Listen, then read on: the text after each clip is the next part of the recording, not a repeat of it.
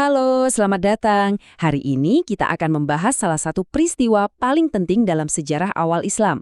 Sebuah momen yang diabadikan dalam surah Al-Baqarah ayat 142 sampai 152, yaitu tentang perubahan arah sholat atau kiblat.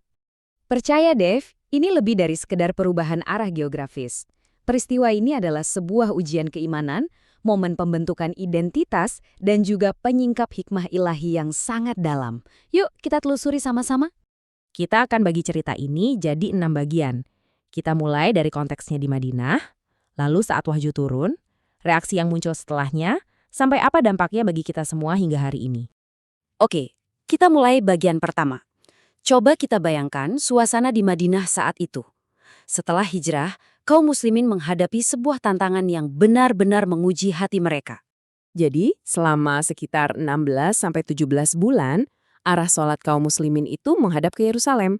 Nah, ini kemudian dijadikan bahan ejekan oleh sebagian kelompok di Madinah.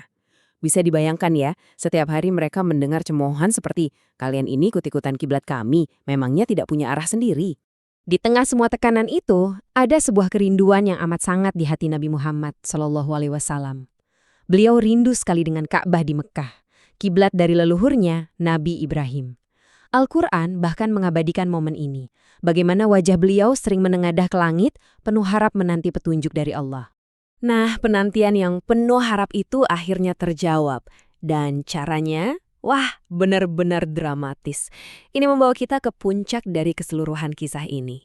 Bayangkan, sedang sholat zuhur, di tengah-tengahnya turunlah perintah itu. Dan apa yang terjadi?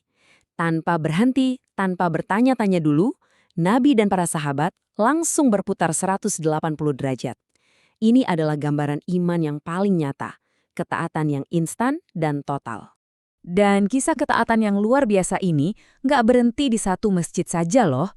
Saat beritanya sampai ke Masjid Kuba keesokan paginya, para jemaah di sana yang juga sedang sholat langsung berputar saat itu juga.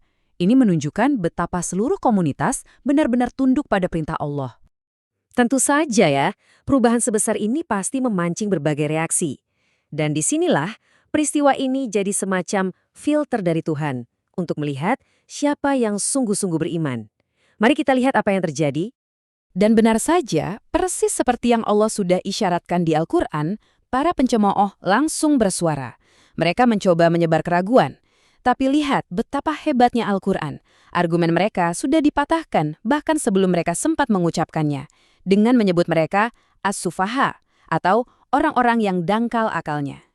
Dari sini kita bisa lihat ya, peta reaksinya jadi jelas banget. Di satu sisi ada para sahabat yang imannya tak tergoyahkan sama sekali.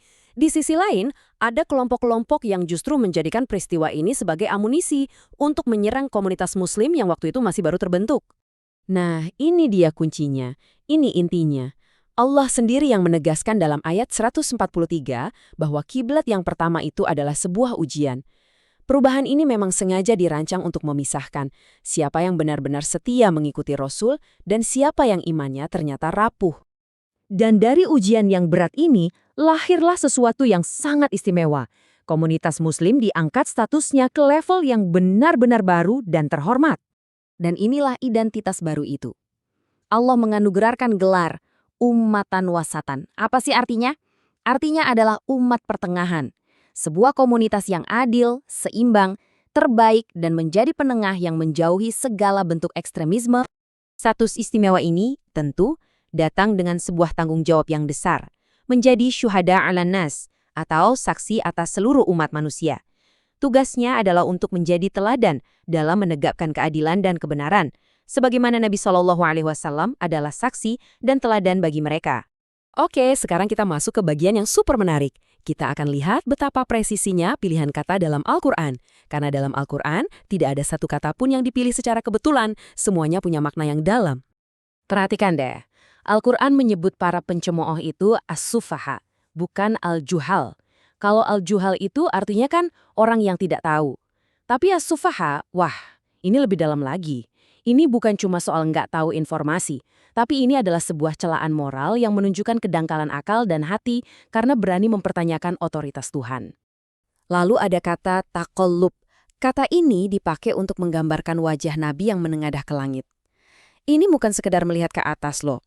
Taqallub itu menyiratkan ada gerakan yang berulang-ulang, terus-menerus, bahkan sedikit gelisah. Kata ini melukiskan dengan sangat indah betapa dalam dan persistennya kerinduan beliau yang kemudian dijawab langsung oleh Allah. Dan ketika perintah itu turun, kata yang digunakan adalah syatro, bukan sekedar nahwa yang artinya ke arah, tapi syatro itu artinya arah yang presisi dan tepat. Di tengah situasi yang penuh perdebatan, pilihan kata ini menghapus semua keraguan dan menetapkan satu arah yang tegas dan menyatukan. Jadi, apa warisan abadi dari semua ini? Dampak dari perubahan kiblat ini terus membentuk fondasi komunitas Muslim global hingga hari ini. Peristiwa ini menegaskan bahwa otoritas mutlak hanyalah milik Allah. Ia membentuk identitas Muslim sebagai ummatan wasatan. Ka'bah menjadi simbol persatuan yang abadi. Dan yang terpenting, ini menjadi seruan agar kita fokus untuk berlomba-lomba dalam kebaikan sebagai wujud rasa syukur atas nikmat Allah yang telah disempurnakan.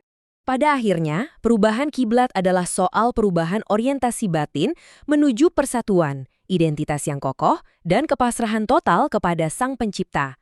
Dan ini meninggalkan kita sebuah renungan. Setelah kiblat berhasil menyatukan arah kita, bagaimana cara kita untuk menyatukan hati kita? Terima kasih telah menyimak.